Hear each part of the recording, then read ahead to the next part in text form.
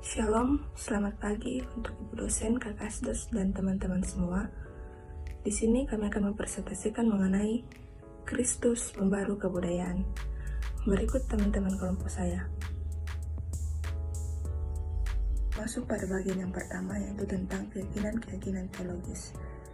Dalam kristologinya, mereka lebih mirip dengan kaum sintetis dan kaum dualis, karena lebih banyak menyebutkan penebus daripada pemberi suatu hukum yang baru, dan lebih banyak menyebutkan Allah karena yang lebih sering dijumpai manusia daripada wakil sumber-sumber spiritual yang paling baik dalam kemanusiaan.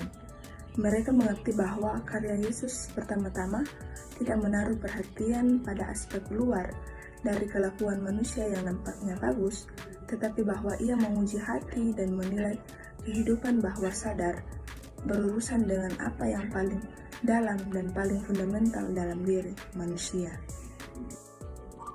Pendirian mereka yang lebih tegas nampaknya erat hubungannya dengan tiga keyakinan teologis.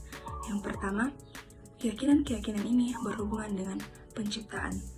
Orang dualis cenderung untuk memusatkan diri sedemikian rupa pada penebusan melalui salib Kristus dan kebangkitan, hingga baginya penciptaan menjadi semacam pendahuluan bagi aksi perdamaian tunggal yang hebat. Di satu pihak, ia menekankan partisipasi firman anak Allah dalam penciptaan, bukan karena ini terjadi pada asal mulanya yang segera, permulaan yang logis dan sekejap dari segala sesuatu. Dalam pikiran dan kuasa Allah, di lain pihak ia menaruh perhatian terhadap karya penebusan dari Allah dalam inkarnasi anaknya, dan tidak hanya dengan penebusan dalam kematiannya, kebangkitan dan kembalinya dalam kekuasaan. Ia berusaha menyatakan dalam satu gerakan berbagai tema penciptaan dan penebusan, inkarnasi dan perdamaian. Akibat pengertian ini baik mengenai karya Kristus dalam inkarnasi maupun penciptaan, pada pemikiran orang konversionis tentang kebudayaan tidak dapat dipisahkan. Yang kedua, yang mengubah pandangan orang konversionis tentang karya dan adat istiadat manusia ialah pengertiannya tentang sifat kejatuhan manusia dari kebaikan yang diciptakan, sedangkan dualis sering membawa penciptaan dan kejatuhan begitu dekat satu dengan lainnya. Karena orang Kristen seperti ini cenderung menganggap lembaga-lembaga mempunyai fungsi yang umumnya negatif dalam dunia yang fana dan busuk. Lembaga-lembaga ini adalah aturan-aturan bagi kebusukan, pemecah anarki, petunjuk-petunjuk untuk kehidupan fisik, sepenuhnya penaruh perhatian pada soal-soal duniawi. Yang ketiga, suatu pandangan sejarah yang menyatakan bahwa bagi Allah semua hal adalah mungkin dalam suatu sejarah yang pada dasarnya bukan hanya merupakan jalur peristiwa-peristiwa umat manusia, tetapi selalu suatu interaksi dramatis antara Allah dan manusia. Bagi orang Kristen, eksklusif sejarah adalah cerita tentang gereja atau kebudayaan Kristen yang bangkit dan peradaban kafir yang sedang mati. Bagi orang Kristen, budaya itu adalah cerita tentang perjumpaan roh alam. Bagi orang sintetis, itu merupakan periode persiapan di bawah hukuman, nalar, Injil, dan gereja untuk suatu persekutuan yang tinggi dari jiwa dengan Allah. Bagi orang dualis, sejarah adalah masa pergumulan antara iman dan ketidakpercayaan, suatu periode antara pemberian janji hidup, tidak percayaan, suatu periode antara pemberian janji hidup dan penggenapannya. Bagi orang konversionis, sejarah adalah cerita tentang perbuatan hebat dari Allah dan dari tanggapan manusia terhadap orang lain. Orang konversionis dengan pandangannya mengenai sejarah sebagai perjumpaan sekarang dengan Allah dalam Kristus, tidak begitu menantikan akhir final dari dunia ciptaan dan kebudayaan, seperti hidup dalam kesadaran akan kuasa Tuhan untuk mengubah semua hal dengan mengangkat mereka kepada dirinya sendiri. Saya Margareta Cecilia Boling dengan NIM 71222172 akan menjelaskan pembahasan terkait motif perubahan dalam Injil keempat. Motif perubahan dalam Injil keempat sangat dipengaruhi oleh gagasan-gagasan tentang konversi yang tersebar di bagian Perjanjian Baru. Hal ini paling terlihat jelas dalam Injil Yohanes yang memiliki hubungan erat dengan surat pertama Yohanes, tetapi juga memiliki nuansa yang berbeda. Injil Yohanes menggunakan pendekatan berbeda dari Injil lainnya dalam menggambarkan kehidupan dan ajaran Kristus. Pandangan tentang dunia diciptakan melalui firman adalah tempat tinggalnya. Yohanes dengan jelas menyatakan bahwa segala sesuatu yang ada adalah baik. Yohanes membedakan dengan jelas antara daging dan roh. Apa yang dilahirkan dari daging adalah daging, dan apa yang dilahirkan oleh roh adalah roh. Di satu sisi, dunia juga dimaknai dengan dua, yaitu yang pertama, dunia merujuk pada seluruh ciptaan dan umat manusia yang menjadi objek kasih Allah. Namun di sisi lain, dunia juga merujuk pada umat manusia yang menolak Kristus, hidup dalam kegelapan, melakukan kejahatan, dan menolak Bapa serta Anak. Selanjutnya, hubungan Allah dengan dunia.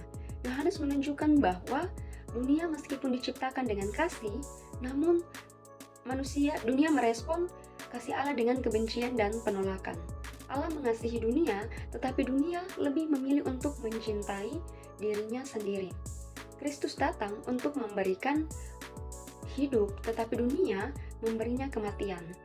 Allah menunjukkan kasih-Nya kepada dunia dengan mengutus Kristus sebagai wujud kasih dan pengampunannya, namun dunia sering merespon dengan penolakan terhadap Yesus dan kebenaran yang dibawanya. Lalu selanjutnya saya akan menjelaskan terkait dengan dosa dan penolakan terhadap kasih Allah. Dosa adalah penyangkalan terhadap kehidupan itu sendiri. Dosa menurut Yohanes adalah lebih dari sekedar perbuatan jahat. Ini adalah kondisi rohani di mana seseorang menolak atau tidak menerima kasih Allah yang diwujudkan melalui Anak. Keselamatan dan kehidupan kekal. Inti dari Injil Yohanes adalah bahwa permulaan baru atau kelahiran baru dan hidup baru bukanlah hasil dari perubahan fisik atau duniawi, melainkan berasal dari hubungan dengan Allah dari surga dan melalui roh. Sifat konversionis terhadap budaya. Jadi sejauh menyangkut agama, budaya, dan lembaga-lembaga manusia, nampaknya jelas bahwa Injil keempat berpikir tentang Kristus sebagai pengubah dan pembaharu perbuatan manusia. Injil Yohanes menunjukkan bahwa iman Kristen bukan sekedar kepatuhan pada aturan atau hukum, tetapi sebuah transformasi hidup yang sejati. Yohanes menegaskan bahwa menjadi seorang Kristen bukan hanya mengikuti budaya tertentu, tetapi memiliki kehidupan yang diubahkan oleh kasih dan kebenaran Allah yang ada dalam Yesus. Iman Kristen menebus budaya dan membawa transformasi di dalamnya tanpa terikat pada budaya tertentu. Kedalaman dan eksklusivitas pesan Yohanes menyadari pentingnya gereja sebagai komunitas yang berbeda dari kebudayaan umum.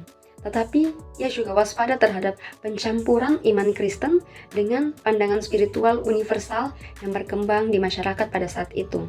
Baginya, kehidupan Kristen adalah kehidupan budaya yang telah diubah oleh kelahiran kembali secara rohani. Namun Yohanes tidak menyeratkan bahwa semua orang akan mengalami kelahiran kembali atau bahwa seluruh budaya manusia akan diubah oleh firman yang menjelma dan Roh Kudus. Selanjutnya akan dijelaskan oleh teman saya. Baik teman-teman, kita masuk dalam Agustinus dan pengubahan kebudayaan. Agustinus dianggap mencapai puncak pemikiran dalam karyanya, yakni City of God, yang dimana ia mengemukakan teori tentang pembaharu kebudayaan yang gagal dilakukan oleh para kaisar Romawi. Ia berargumen bahwa pembaharuan masyarakat tidak hanya bergantung pada perubahan struktural, tetapi pada prinsip spiritual yang lebih dalam yang ditawarkan oleh Kristus. Agustinus menggambarkan kebudayaan sebagai hasil dari kondisi manusia yang rusak, yang dimana kejatuhan membawa dampak yang buruk bagi kebudayaan. Ia juga menekankan bahwa meskipun kodrat manusia baik, namun karena dosa maka kebudayaan menjadi rusak dan perlu untuk ada suatu pembaharuan oleh Kristus. Agustinus mengklaim bahwa tidak ada kodrat yang tidak mengandung kebaikan. Dan masalah muncul bukan melalui kodrat itu sendiri, akan tetapi dari penyimpangan dari kebaikan yang seharusnya dilakukan. Ia membedakan antara kebudayaan yang rusak dan kodrat yang telah dirusak. Ia menegaskan bahwa pembaharuan hanya bisa dicapai dengan kembali kepada kebaikan yang sejati, yaitu Allah. Keseluruhan pemikiran Agustinus menggambarkan bagaimana Kristus berfungsi sebagai pengubah kebudayaan.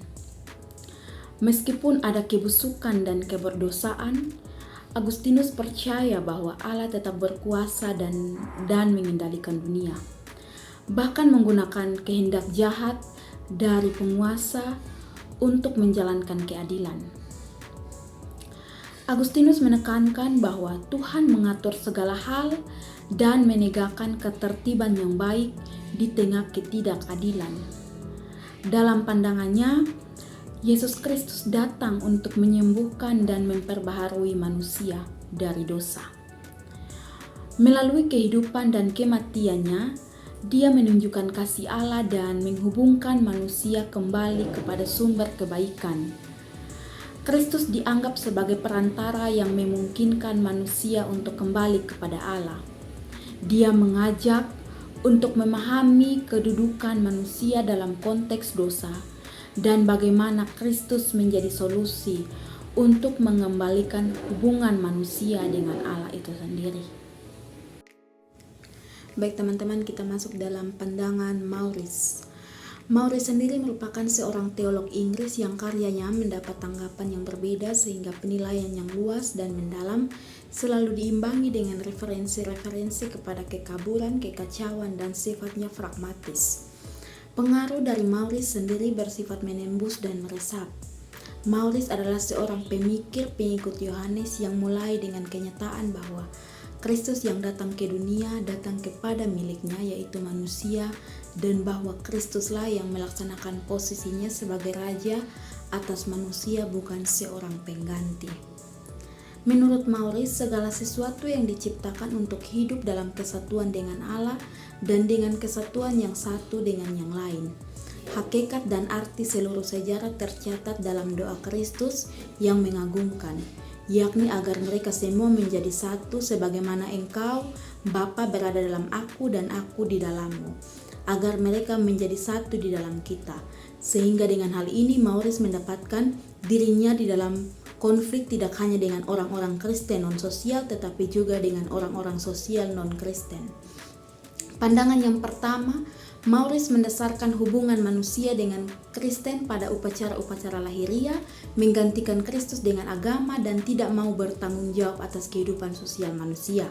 Sedangkan pandangan yang kedua, yakni cenderung mendasarkan masyarakat atas sifat binatang dari manusia dan menjadikan kepentingan diri sendiri yang umum menjadi dasar bagi kegiatan sosial. Maurice sendiri berurusan dengan semua tahapan kebudayaan, dengan semua adat istiadat sosial, sistem politik, bahasa, dan organisasi-organisasi ekonomi.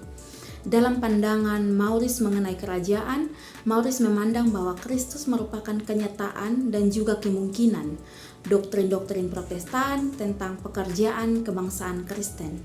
Perhatian Toisme terhadap filsafat dan moralitas sosial, terhadap perhatian Katolik terhadap persatuan dan penekanan sektarian pada kebenaran, khusus semua dalam suatu penegasan positif yang besar bahwa tidak ada tahap dari kebudayaan manusia yang tidak diperintah oleh Kristus, dan tidak ada pekerjaan manusia yang tidak tunduk pada kuasa pengubahannya yang mengatasi kehendak.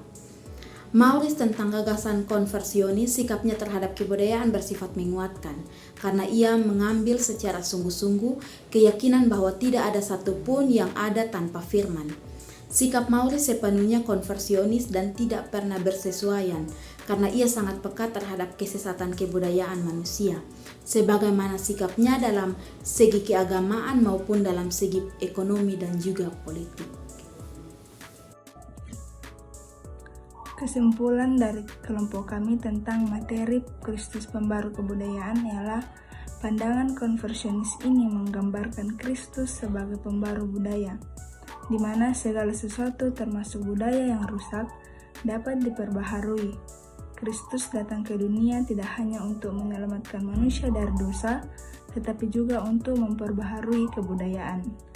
Kristus tidak datang hanya untuk mengkritisi budaya yang ada, namun kehadirannya membawa pembaruan yang memuliakan dan mengarahkan budaya untuk kembali kepada nilai-nilai kerajaan Allah, yang mengajarkan tentang kasih, keadilan, kebenaran, dan perdamaian. Transformasi ini dicapai melalui peran aktif komunitas iman yang setia, sementara tetap diiringi pemahaman bahwa regenerasi itu penuh.